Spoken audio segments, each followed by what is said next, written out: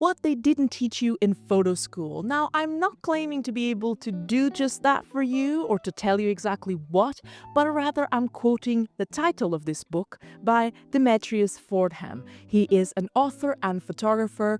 He's been a photographer for a really long time, so he has a lot of experience, and he put out this book. And the title caught me because I haven't been to photography school, I've been to film school, but I have two channels, one dedicated to photography, one dedicated to filmmaking. So this was very, very interesting to me. And after reading it, I actually have some valuable things that I think it might be of your interest, whether you're starting photography in 2025, whether you're in your career, whether you're wanting to kind of do it part-time, whatever it is, wherever you are in your life, I think this book can be quite helpful in different stages. So grab a drink, make yourself comfortable, and let's go straight to another video and discover what they didn't teach you in photography school.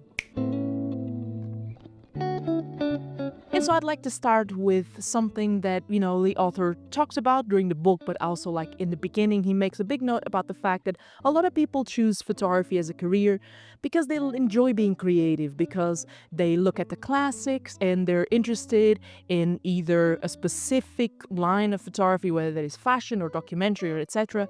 But what quickly happens is that obviously photography is a business, so you are going to encounter activities that you have to do that are nothing like creative. So you have, for instance, like the tasks of managing your finances, getting clients and also managing them and extending your list of clients. You have, for instance, as well, the idea of marketing yourself, pricing yourself. So all these things are more like a business. And so it establishes, therefore, that photography isn't just an art, or isn't an art in a way, but rather a business in this day and age if you're wanting to become a commercial photographer. And I can tell you that having friends in the industry and my own brother being an event photographer, we talk about the importance of three things that you need to nail. One is marketing and branding yourself, for instance, promoting yourself using social media, website, and whatnot. And the second is financial management, understanding pricing for certain services in your area, budgeting, taxes, etc. And the third, of course, is relationships with clients. A good photographer has to be a great communicator through your images, but of course a great communicator with people and having people skills. And that is super important, which is something highlighted in this book as well. But the author goes on to make an excellent point when he writes that clients just don't hire you for your talent. They hire you because they think you're professional. And this means there will be an expectation that you have a capacity to think on your feet, problem solving whatever issues might appear, whether that is the time of the day you're photographing, how much time you'll have, or simply the type of venue that you're photographing in. Besides this, there's an expectation that you're professional in the way you communicate. And of course, punctuality and reliability goes a long way. So in essence, while you are being creative, it is expected that you have an excellent work ethic, just like everyone else in life. Apart from this, within the first chapters, the author establishes as well a great truth, and that is that whilst many romanticize being a photographer, not every job will be creatively fulfilling. And so, having had a little bit of experience myself on the other side of the fence, meaning teaching or overseeing or perhaps advising people that are for commercial photographers, I would say a good way to combat this is to have something going for yourself to prevent that you become disenchanted with the work that you're doing with photography in general. So you can keep up that with personal projects or just watching videos, documentaries, photo books, going through photo books and getting inspired, even going out for walks with your camera and just doing something for yourself, something that distinguishes you and that promotes your own individuality as a creative. Because of course we know that once you have to, work with a client, sometimes you have to work in a compromise, meaning that their views and your views have to come together and produce what they want because they're paying you. So it's important that you have something to go and do on the side for yourself. And also it's a great way as well for the many photographers that I've personally known to diversify their income. Now, the truth about the business side of photography, this was one of my favorite topics of this book because it's really realistic. So, things to consider on this business side of photography is how to price your work, defining contracts, managing clients, and setting boundaries. So, how do you go about pricing your work? Well, first you factor in your costs, your equipment, your software, your insurance, your travel, time dedicated to the project. You consider your experience and your skill as well, which you should charge more once you gain more expertise and depending of course on how challenging the project is. And also I would add licensing fees, which I've seen certain photographers do, exclusivity, usage rights, etc. Which brings me to another point of this book, and this is how essential contracts are. It doesn't matter where you work and for how long you work, a contract is a piece of paper that will protect both parties in case something goes wrong, and that clearly establishes a common ground between parties. For instance, deliverables, dates, deadlines, how many revisions, payment terms, cancellation terms, etc. And still on this topic, I'd like to repeat something Fordham emphasizes, and that is the importance of networking to get more work opportunities. In Fordman's experience, he talks about ideas such as joining photography communities, following people online, and offering to assist more established photographers to start with. And whilst there is many photographers out there that don't enjoy social media, and I can understand there is a component of mental health associated with the usage of social media that, it is definitely detrimental for your mental health in some cases.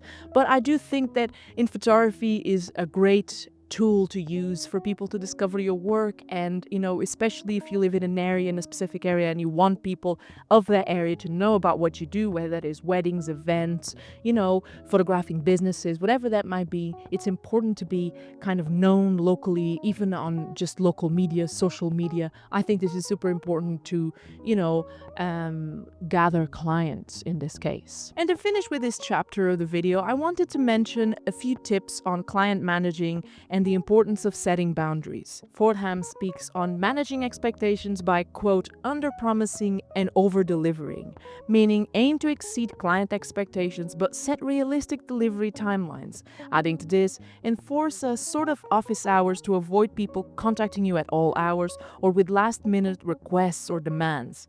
And in case the client is being so difficult, maybe it's not the right fit, so learning to say no, it's also important, whether it is that you can't do something or you're just not a great fit for the project.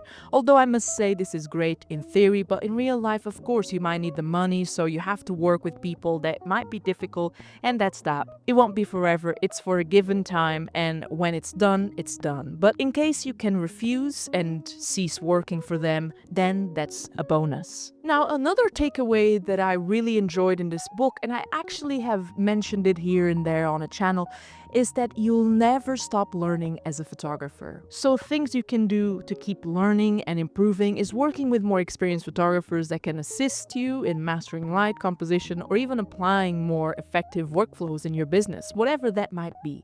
Besides, of course, valuable guidance and feedback.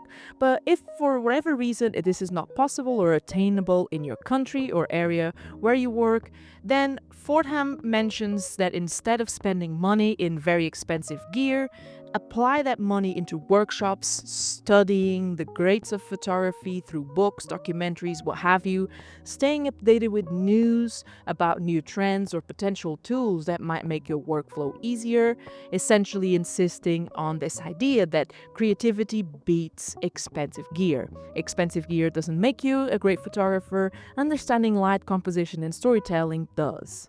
And when we look at some of the recent videos here on the channel, I talked about Cartier-Bresson and we looked at the decisive moment. I've also talked about Walker Evans. When we actually break down their setups, they were actually very minimalistic. It consisted of a camera or, a light here and there whenever there was, an available light, for instance, in Walker Evans's case. But most of it was shot with natural light and just their cameras. So it really showcases that, the power of the photograph resides in the vision of the photographer and not so much on the gear that they use. There is truth that, of course, you should have, a gear is important to a certain level, whatever you're trying to achieve. So if you have very specific standards or if you have very specific requirements that you can't achieve with a certain camera, then of course you have to respect that.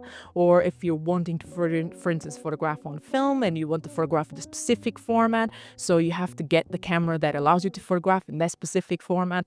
So these are obviously all exceptions to the rule, but generally speaking, we know that, the camera shouldn't matter for the quality of the image. And the quality of the image is how strong that composition will be, your assessment or rendering of lighting, shadows, subject, etc. The list goes on. I have many videos where I talk about this. And now I'd like to make a short pause in this video to talk about today's sponsor, My Picture. So whether you're a photographer or you have someone in your circle who loves capturing moments and sharing them with others, you know how important it is to find solutions that are accessible, affordable, and fast. My Picture makes it easy to turn your photos into prints or gifts like mugs, phone cases, calendars, etc.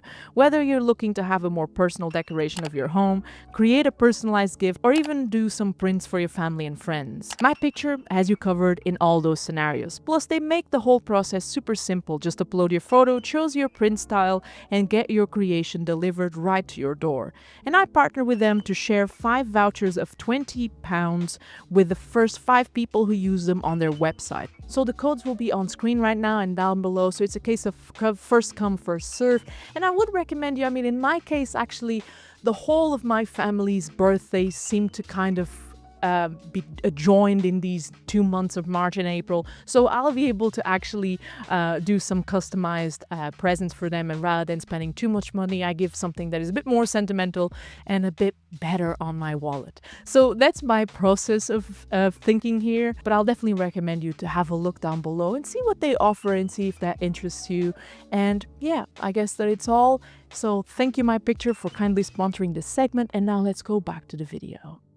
And lastly, a few ideas I'd like to mention that are talked about in this book is on the topic of rejection, burnout, imposter syndrome, and so on. Rejection is of course part of photography. Clients, galleries, and editors will say no. I myself, when teaching, giving feedback to people on my one-to-one sessions or even outside of that, I try to be as honest as possible, and sometimes that involves a certain degree of rejection by saying that the images might not be the strongest, or the project might be too difficult or not understandable at that stage. So these are all forms of rejection, but what I always say is for people not to take it personally. On the topic of imposter syndrome, just know that it affects everyone. So if you experience it, remind yourself that no one has everything figured out and that no one is on a constant line of improvement, because failure is part of the process. So focus on your own progress and do not compare yourself with others. And lastly, burnout is real in this industry. Constantly working at different times of the day, different assignments at the same time can drain you. So avoid this by taking breaks if you can, to have other experiences, to be creative in other ways, or simply to be.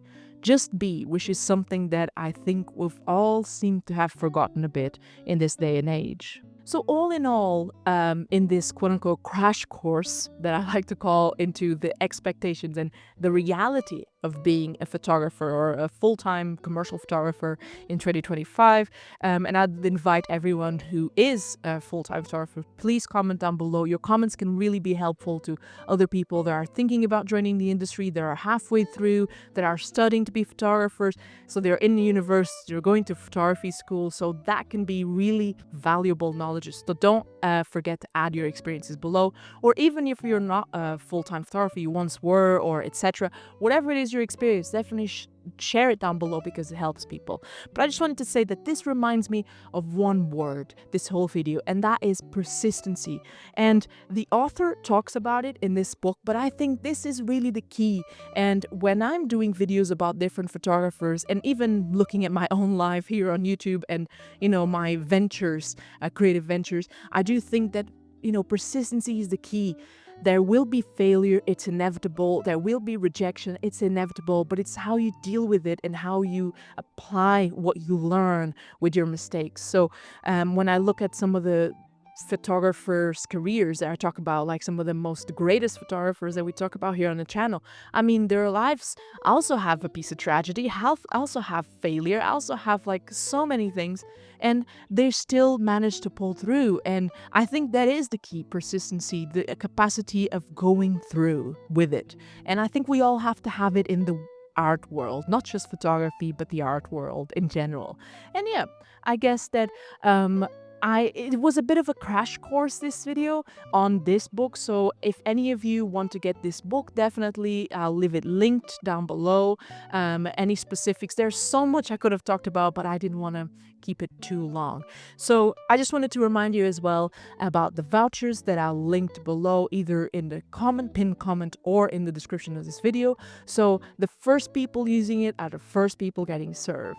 And yeah, I would like to thank my picture for kindly sponsoring a segment in this video. I'd like to thank you for watching this video. I really appreciate it. So thank you so much for watching and supporting the channel. Keep learning, keep doing what you're doing, and I'll catch you in the next video.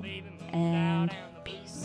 Then there wasn't nothing I could do but move you around with my head in my hands. Lord, what am I coming to? I just keep moaning in the blues. I wrote a nice long letter saying, Mama, please come home. Well, your daddy lonesome, and all I